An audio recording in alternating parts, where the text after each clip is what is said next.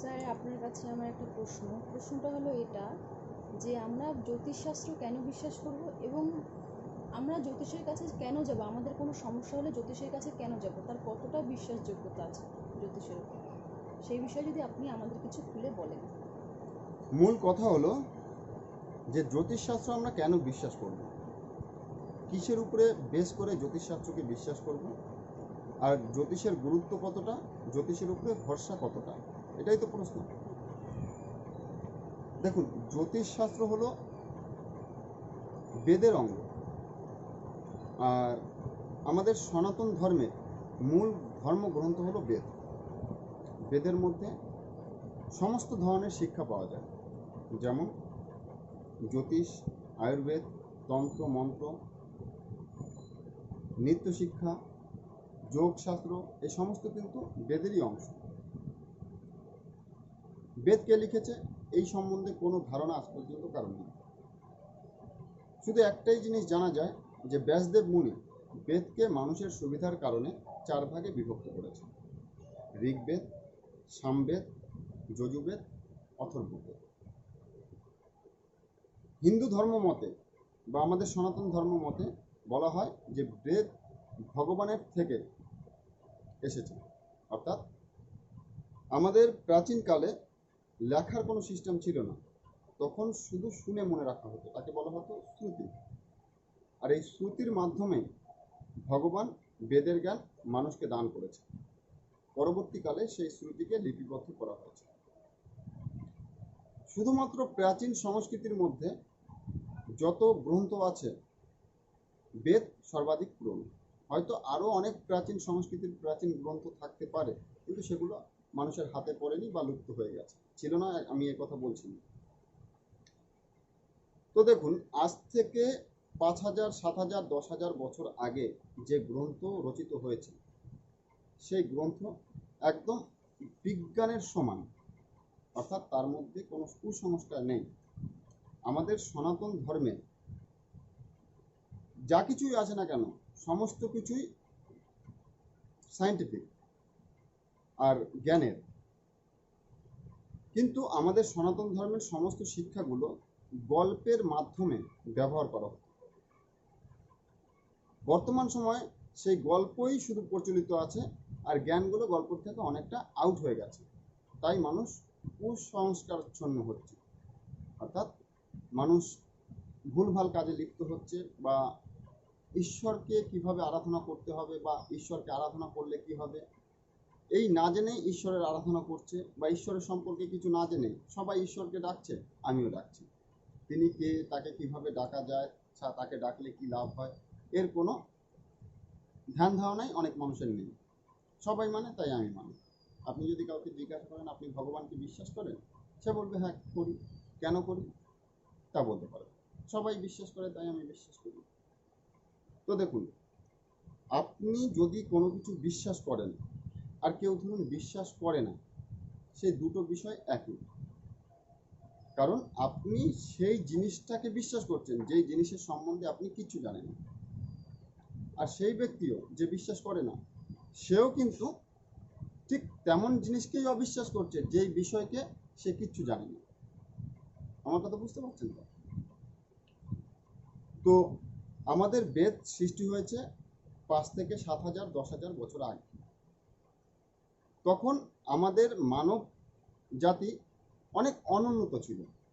অর্থাৎ দেখুন, তখন টেকনোলজি বলতে কিচ্ছু ছিল না। পৃথিবীর ইতিহাসে মাটির থেকে যদি প্রথম কোনো টেকনোলজি বেরোয়, অর্থাৎ মাটির থেকে কোনো সুন্দর আবিষ্কার, সবার প্রথমে কি হতে পারে আপনার জানা আছে? জানা নেই। মাটির থেকে যদি কোনো কিছু আবিষ্কার হয় সবার প্রথম, তাহলে মাটির বাসন, তাই তো? মাটি থেকে মাটি পুড়িয়ে মাটির বাসন তৈরি করে সেটাকে পুড়িয়ে যখন মাটির বাসন সৃষ্টি হলো, বিজ্ঞানের এটাই কিন্তু সেরা আবিষ্কার তখনকার বিজ্ঞানে। ধীরে ধীরে এই মাটির থেকে তামা পাওয়া গেল, তামার কিছু অস্ত্রপাতি, যন্ত্রপাতি তৈরি হলো, তারপরে অনেক পরে লোহা পাওয়া গেল। তাহলে তামার ব্যবহার শুরু হলো লোহার ব্যবহার শুরু হলো, কিন্তু লোহার ব্যবহার শুরু হয়েছে খুব বেশি দিন না, আজ থেকে 300, 400, 500, 600 বা 1000 বছরই হয়েছে। তার আগে কিন্তু লোহা ছিল না। তার আগে তামা পাওয়া গেছিল, তামার অস্ত্রপাতি ছিল, তামার যন্ত্রপাতি ছিল। আজ থেকে 2000 বছর আগের কথা যদি বলেন, তাহলে হয়তো সেই সময়ও তামা ছিল না। তাহলে 5000 বছর আগে তামার কোনো প্রশ্নই আসেনি। তখন মানুষের কাছে অস্ত্রপাতি বলতে শুধু হয়তো মাটির বাসন এবং পাথরের অস্ত্রপাতি থাকার সম্ভাবনা ছিল। কিন্তু প্রাচীন স্থাপত্যর দিকে যদি আপনি তাকান, পৃথিবীর বিভিন্ন দেশে বিভিন্ন ধরনের প্রাচীন স্থাপত্য আছে, যেগুলো নিয়ে এখন পর্যন্ত বিজ্ঞানীরাও কনফিউজ যে এরা কারা তৈরি করলো। ইতিহাসকাররা তাদের সঙ্গে সেই স্থাপত্যের সঙ্গে কিছু নাম জড়িয়ে দিয়েছে ঠিকই, কিন্তু তার কোনো প্রমাণই তারা দিতে পারেনি। কারণ কোনো স্থাপত্য নির্মাণ করলে সেই রাজা বা সেই মানুষের কোনো প্রমাণ থাকে। যেমন আমাদের কৈলাসের শিব মন্দির। কৈলাসের শিব মন্দির এমন একটি স্থাপত্য যেটা 3 তলা না 4 তলা একটা বিল্ডিং, টোটাল একটা পাহাড় থেকে তৈরি করা হয়েছে। তাহলে একটা পাহাড় কেটে যদি একটা 2 তলা 3 তলা বিল্ডিং তৈরি করতে হয়, মন্দির তৈরি করতে হয়, তাহলে সেই কাজটা কোথা থেকে শুরু করতে হয়েছে? উপর থেকে শুরু করতে হয়েছে। এবং সুন্দর কারিকার্য করে দিক নির্ণয় পদ্ধতি ঠিক রেখে, অর্থাৎ পূর্ব পশ্চিম উত্তর দক্ষিণ ঠিক রেখে, এবং ভৌগোলিক স্থানে যেখানে সৌরজগতের এনার্জি বা আমাদের সোলার সিস্টেমের এনার্জি খুব ভালোভাবে, পৃথিবীর গুরুত্বপূর্ণ একটা স্থান যেখানে এই প্রাচীন স্থাপত্য আছে, সেটাই পৃথিবীর গুরুত্বপূর্ণ একটা স্থান। অক্ষাংশ দ্রাঘাংশ অনুযায়ী সেই স্থানগুলো অত্যন্ত গুরুত্বপূর্ণ। তাহলে কোনো টেকনোলজি ছাড়া এই স্থাপত্য তারা কিভাবে নির্মাণ করলো? কেউ যদি বলে এগুলো পাথরের অস্ত্র দিয়ে তৈরি করা হয়েছে, পাথরের অস্ত্র দিয়ে এই আধুনিক কাজকর্মগুলো করা হয়েছে, সেগুলো অন্য কেউ মেনে নিলেও আমি মেনে নিতে পারি না। শুধু কৈলাসের শিব মন্দির নয়, ইন্দোনেশিয়ায় কিছু প্রাচীন মন্দির আছে, হিন্দু মন্দির, বৌদ্ধ মন্দির, যেমন বড়পুতির মন্দির। ওটা 1911 সালে ব্রিটিশ সরকার খোঁজ পেয়েছিল। তার আগে জঙ্গলের মধ্যে মন্দিরটা হারিয়ে গেছে। মন্দিরটা নিচের 5 তলা চৌকো শেপ আর উপরের 3 তলা গোল শেপ। উপর থেকে দেখলে মনে হয় যে এই মন্দিরটা উপর থেকে দেখার জন্যই তৈরি হয়েছিল। আমার কথাটা বোঝার চেষ্টা করবেন। আপনি যদি বাড়ি বানান, আপনি কোন দিকটা সৌন্দর্য বেশি করবেন, সামনের দিকটা না উপর দিকটা? কিন্তু এই সমস্ত কারিগরদের উপর দিকটা বেশি সুন্দর করা হয়েছে, বা উপর দিকে সুন্দরভাবে যাতে দেখা যায় উপর থেকে। এর কারণ আচ্ছা, তো দেখুন, এই সমস্ত স্থাপত্য যখনকার দিনে, তখন আধুনিক টেকনোলজি ছিল হয়তো যা এখনো পর্যন্ত আমরা আবিষ্কার করতে পারিনি। বিজ্ঞান এখনো চেষ্টা চালাচ্ছে সেই ধরনের অস্ত্রপাতি আবিষ্কার করার। বিজ্ঞানের আবিষ্কার অনুযায়ী যেমনি দেখুন, বড় বড় বিল্ডিংয়ে ক্রেন ব্যবহার করা হয়, সেখানে যে ক্রেনগুলো ব্যবহার করা হয়, সেই ক্রেনে 20,000 কিলো থেকে 30,000 কিলো পর্যন্ত ম্যাক্সিমাম নিচ থেকে উপরে উঠাতে পারে, তার মানে ক্ষমতা এতটা। কিন্তু প্রাচীন স্থাপত্যর মধ্যে কিছু কিছু জায়গায়, মানে আমি এখন পর্যন্ত আমার জানা মতে যে 12 টনের পাথর উপরে উঠিয়েছে। তারা কোন মেশিনের দ্বারা উঠাবে? হাই টেকনোলজি ছাড়া সেটা কি কখনো সম্ভব? পিরামিডে কিছু কিছু পাথর 70,000 কিলো পর্যন্ত আছে, তো সেগুলো এই আধুনিক ক্রেনের দ্বারা বর্তমানে উঠানো সম্ভব নয়। তাহলে বোঝার চেষ্টা করুন। আর সেই সমস্ত স্থাপত্য নির্মাণ যখন হয়েছে, তখনকার সময় আমাদের বেদ সৃষ্টি হয়েছে। শুধু সনাতন ধর্মের এই শাস্ত্রটাই এখন পর্যন্ত, এই গ্রন্থটাই এখন পর্যন্ত আছে, যার থেকে সমস্ত বিজ্ঞানকে আমরা এখনো খুঁজে বার করতে পারি। হয়তো অন্য সংস্কৃতিরও শাস্ত্র কিছু ছিল, সেগুলো লুপ্ত হয়ে গেছে। দেখুন, তাহলে একটা জিনিস বোঝার চেষ্টা করুন যে যারা স্থাপত্য নির্মাণ করেছিল তারা বুদ্ধিমান, তারা বোকা ছিল না। তারা যে লিখেছিল, তারা যে মানে জ্ঞান বিস্তার করেছিল সেগুলো সাধারণ জ্ঞান না, সেগুলো অমূল্য জ্ঞান। আমি আরও একটা উদাহরণ আপনাকে দিচ্ছি। আমাদের বেদ হলো সংস্কৃত ভাষায় লেখা। তো সংস্কৃত ভাষাও প্রায় লুপ্ত হয়ে গেছে, কিন্তু তবুও যতটুকু উদ্ধার হচ্ছে, বর্তমানে নাসা যে আধুনিক কম্পিউটার তৈরি করবে তাতে সংস্কৃত ভাষার ব্যবহার করার চেষ্টা করছে। কারণ দেখুন, আমরা যে ভাষায় কথা বলি না কেন, এই ভাষার মধ্যে, এই যে আমি কথা বলছি আপনার সঙ্গে, এর মধ্যে কিছু নেগেটিভ ভাষা আছে, কিছু পজিটিভ ভাষা আছে। অর্থাৎ আমরা ভাষা উচ্চারণ করছি মানে শব্দ উচ্চারণ করছি, ধ্বনি উচ্চারণ করছি। ধ্বনি পজিটিভ হয় এবং নেগেটিভ হয়। কিন্তু সংস্কৃত ভাষা এমন একটি ভাষা, যেই ভাষার মধ্যে পজিটিভ এবং নেগেটিভ ধ্বনিগুলো সম্পূর্ণ আলাদা করা হয়েছে। এবং আমরা কথা বলতে বলতে কিছু মিসিং শব্দ ইউজ করি।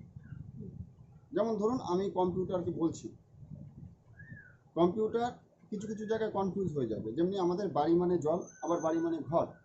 কোথাও বাড়ি মানে জল, কোথাও বাড়ি মানে ঘর। তো যখন আমি কম্পিউটারকে বাড়ি বলবো, তখন কিন্তু কম্পিউটার ঘরই দেখাবে, তখন কিন্তু জল দেখাবে না। ঠিক এই ধরনের কিছু মিসিং ওয়ার্ড বাংলার মধ্যে আছে, ইংরেজির মধ্যে আছে, বিভিন্ন ভাষার মধ্যে আছে। অর্থাৎ শব্দের কিছু কমতি সমস্ত ভাষার মধ্যে আছে। সংস্কৃত ভাষা এমন একটি ভাষা, যেই ভাষার মধ্যে শব্দের কোনো কমতি নেই, অর্থাৎ পর্যাপ্ত পরিমাণে শব্দ সেখানে আছে। তাহলে দেখুন, আমরা প্রয়োজনের খাতিরে কথা বলতে বলতে কথার আবিষ্কার করে ফেলেছি, কিন্তু সংস্কৃত ভাষা টোটালি সায়েন্টিফিক ভাষা। আর তার মধ্যে কি নেগেটিভ ধ্বনি নেই? অবশ্যই আছে। নেগেটিভ ধ্বনিগুলোকে আলাদা করা হয়েছে, সেগুলো বিভিন্ন তন্ত্রক্রিয়ার কাজে লাগানো হয়। এছাড়া সংস্কৃত যে মন্ত্রগুলো আছে, যে শ্লোকগুলো আছে, তাতে যে ধ্বনি উচ্চারণ হয়, তাতে সমস্ত পজিটিভ ধ্বনির উচ্চারণ হয়। আমার কথা বুঝতে পারছেন তো? এটা বিভিন্ন জায়গায় বিভিন্নভাবে এরা সায়েন্টিস্টরা প্রমাণিত করেছে। যেমনি আমাদের বৈদিক শাস্ত্রের মধ্যে সবচেয়ে প্রভাবশালী মন্ত্র হলো মহামৃত্যুঞ্জয় মন্ত্র, গায়ত্রী মন্ত্র। এই মন্ত্র উচ্চারণ করলে যে ধ্বনি সৃষ্টি হয়, এই ধ্বনির মধ্যে মানে এমন কিছু ভাইব্রেশন সৃষ্টি হয়, যে উচ্চারণ করবে তার তো ভালো হবে, যেমনি তার থাইরয়েডের সমস্যা থাকলে ভালো হবে, রক্ত সঞ্চালন ভালো হবে, মস্তিষ্কের কার্যকরী ক্ষমতা বাড়বে। আবার যে শুনবে তারও কিন্তু কিছু উপকার হবে। অর্থাৎ ধ্বনির মধ্যেও কিন্তু অনেক বিষয় থাকে। তাহলে একটা জিনিস দেখুন, এই যে সায়েন্টিফিকভাবে স্থাপত্যগুলো নির্মাণ করা হচ্ছে, সায়েন্টিফিকভাবে কোনো ভাষার আবিষ্কার করা হয়েছে, তাহলে এগুলো কি সাধারণ মানুষও করেছে? বুদ্ধিমান মানুষ ছাড়া। তা যারা করেছে তারা অত্যন্ত বুদ্ধিমান মানুষ ছিল, এবং তাদের কাছে অত্যাধুনিক টেকনোলজিও ছিল। হয়তো তারা ভগবানের সাহায্যও নিয়েছে। এবার আপনি বলতে পারেন যে ভগবানের সাহায্য কোথা থেকে নিয়েছে? দেখুন, ভগবান আমরা কাদের বলি? যারা আমাদের সৃষ্টি করেছে, এই বিশ্ব ব্রহ্মাণ্ড সমস্ত কিছু সৃষ্টি করেছে, তাকেই আমরা ভগবান বলি, তাই তো নাকি? তো ভগবান এই বিশ্ব ব্রহ্মাণ্ড সমস্ত কিছুকে সৃষ্টি করেছে, তো তার কিন্তু আর কোনো কাজ বাকি নেই। সে যেমনভাবে নিয়ম চালু করে গেছে, সেই নিয়মের মধ্যেই থেকে সব কিছু ঘটবে। আর সেই নিয়মের মধ্যে তারও যদি জন্ম হয়, যদি ভগবান মানুষরূপে জন্মগ্রহণ করে, তাও তার মাতৃগর্ভে জন্মগ্রহণ করতে হয়, এবং সংসারের নিয়ম অনুযায়ী, প্রকৃতির নিয়ম অনুযায়ী তাকেও কিন্তু মৃত্যুবরণ করে নিতে হয়। এটাই সংসারের নিয়ম। তো দেখুন, এই প্রাচীন স্থাপত্যগুলো যারা নির্মাণ করেছে, তারাই এই বেদের রচনা করেছে বা বেদের সৃষ্টি করেছে। তাদের আপনারা ভগবানই বলুন বা মানুষই বলুন। যদি মানুষ বলেন তারা বুদ্ধিমান মানুষ, আর যদি ভগবান বলেন তারা উন্নত মানুষ বা মানুষের থেকে অনেক উপরে। তো প্রথম দিকে এই জ্যোতিষশাস্ত্রের গ্রহ নক্ষত্রের প্রভাব শুধু বৎসর গণনার জন্য, কৃষিকাজের জন্য বা বিভিন্ন ধর্ম অনুষ্ঠানের জন্য ব্যবহার করা হয়। পরবর্তীকালে বিভিন্ন মুনি ঋষিরা জ্যোতিষশাস্ত্রকে আরও কয়েক ভাগে বিভক্ত করলো। যেমন তারা দেখতে পেল যে গ্রহ নক্ষত্রের প্রভাব শুধু এই প্রকৃতির উপরে বা পৃথিবীর উপরেই পড়ে না, মানুষের উপরেও এর যথেষ্ট প্রভাব পড়ে। যেমন ধরুন, প্রত্যেক মানুষের জন্ম কোনো না কোনো সময় হয়। কারো জন্ম দিনে হয়, কারো জন্ম রাত্রে হয়। দিনে যদি কারো জন্ম হয় তখন সূর্যের একটা প্রভাব থাকে, তখন সূর্যের প্রভাবে কিন্তু সে প্রভাবিত হয়। দিনের বেলা চন্দ্রের প্রভাব কম থাকে। আবার কারো জন্মে রাত্রে হয়, তার চন্দ্রের প্রভাব বেশি থাকে। যদি সে শুক্লপক্ষে জন্মায়, এবার চন্দ্রের প্রভাবও কতটা আছে তা নির্দেশ করে কোন তিথি চলছে, অর্থাৎ চন্দ্র কতটা দেখা যাচ্ছে। যদি অমাবস্যা থাকে, চন্দ্র পুরো ঢাকা, চন্দ্রের প্রভাব তখনও কম থাকবে। তো রাতের বেলা কি কোনো গ্রহ শক্তিশালী থাকে, দিনের বেলা কোনো গ্রহ শক্তিশালী থাকে। আর গ্রহদের ডিগ্রিগত অনুযায়ী বিশেষ কিছু স্থানে গ্রহরা শক্তিশালী হয়ে থাকে। দেখুন, সৌরজগৎকে 360 ডিগ্রি বৃত্তাকারে ভাগ করা হয়েছে। সবার প্রথমে 360 ডিগ্রিকে 108 ভাগে বিভক্ত করা হয়েছে। এই 108 ভাগকে, 8 ভাগের এক এক ভাগকে এক একটা চরণ বা এক একটা পদ বলা হয়। আর 108 সংখ্যার সঙ্গে আমরা হিন্দু ধর্মের মানুষ খুব ভালোভাবে পরিচিত, কারণ আমাদের বিভিন্ন ধর্মীয় কাজে 108-এর ব্যবহার করা হয়। আর 108কে আমরা শুভ সংখ্যা মনে করি। এই 108 চরণ, অর্থাৎ এই 108কে আবার 27 ভাগে ভাগ করা হয়েছে। 360 ডিগ্রিকে প্রথমে 108 ভাগে ভাগ করা হয়েছে, 108টা চরণ, পরবর্তী সময় 27 ভাগে ভাগ করা হয়েছে। অর্থাৎ 4টে চরণ নিয়ে একটা নক্ষত্র, তাই 27টা নক্ষত্রের দ্বারা 360 ডিগ্রি গঠিত হয়েছে। প্রত্যেকটা নক্ষত্রের ডিগ্রিগত কোণ 13 ডিগ্রি 20 মিনিট, আর প্রত্যেকটা চরণের ডিগ্রিগত কোণ হলো 3 ডিগ্রি 20 মিনিট। কি বলছি বুঝতে পারলেন? আবার তার পরবর্তী সময় এই 360 ডিগ্রিকে আবার 12 ভাগে ভাগ করা হয়েছে। তাহলে দেখুন, 12 ভাগে ভাগ করে তাদের 12টি রাশির নাম দেওয়া হয়েছে। তাহলে একটি রাশির মধ্যে 3টি নক্ষত্র, 3টি নক্ষত্রের টোটালে 9টি পদ, অর্থাৎ 9টি চরণ অবস্থিত। যেমন প্রথম নক্ষত্র 13 ডিগ্রি 20 মিনিট, তার মধ্যে 4টে চরণ অবস্থান করছে। তারপরে একটি নক্ষত্র 13 ডিগ্রি 20 মিনিট, 13 20 13 20 26 40, এবং তারপরে একটি পদ, অর্থাৎ তারপরে একটি চরণ 3 ডিগ্রি 20 মিনিট। এই টোটালে 30 ডিগ্রি কমপ্লিট হচ্ছে একটি রাশি। তাহলে এই গ্রহেদের বিভিন্ন অবস্থান অনুযায়ী গ্রহেরা বিভিন্ন ধরনের ফলাফল প্রদান করে থাকে। আর এগুলো বিচার বিশ্লেষণ করার পরে মানুষের স্বভাব, চরিত্র, প্রকৃতি, বৈশিষ্ট্য কেমন হবে তা নির্ণয় করা যায়। আর তার নির্ণয় করার পরেই তার কিভাবে চলতে হবে, তার কিভাবে চলা উচিত, কি করলে সে ভালো ফল পেতে পারে, এই সমস্ত বিষয় অ্যাস্ট্রোলজাররা একটা ধারণা দেয় বা প্রতিকার দিয়ে দেয়। সে যদি সেইভাবে চলার চেষ্টা করে তাহলে সে অবশ্যই ভালো ফল পাবে। আর যদি মনে করে না, আমি আমার মনের আশা নিয়ে অ্যাস্ট্রোলজারের কাছে গেলাম আর অ্যাস্ট্রোলজার যে কোনো কায়দায় আমার এই আশা পূর্ণ করে দেবে, সেটা কখনোই সম্ভব নয়। কারণ আপনার ভাগ্যে যেটা আছে সেটা পেতেই আমি আপনাকে সহযোগিতা করতে পারি। সেটা পেতে লেট হচ্ছে, আমি আপনাকে সহযোগিতা করতে পারি। কিন্তু আপনার আকাশ কুসুম কোনো স্বপ্ন থাকলো আর আপনি সেটা প্রাপ্তি করতে চান, আপনার ভাগ্যে সেটা নেই, আপনি কোটি টাকা খরচ করে স্টোন করলেও, প্রতিকার করলেও তা কখনোই প্রাপ্ত আপনার হবে না। আপনি যেটা পেতে পারেন সেটা আপনার নিজের জীবনকে কোনো অ্যাস্ট্রোলজারের সঙ্গে কাউন্সিলিং করে সুন্দরভাবে গঠন করতে পারেন। তো অ্যাস্ট্রোলজি এই কারণেই আজ পর্যন্ত এই পৃথিবীর বুকে মাথা উঁচু করে দাঁড়িয়ে আছে, এবং আরও কত হাজার বছর দাঁড়িয়ে থাকবে এর কোনো হিসেব নেই। মানুষ এটাকে পছন্দ করবে, কিছু মানুষ অবিশ্বাস করে, গালাগাল করে, তারা তো থাকবে। আমার আরেকটা প্রশ্ন আছে,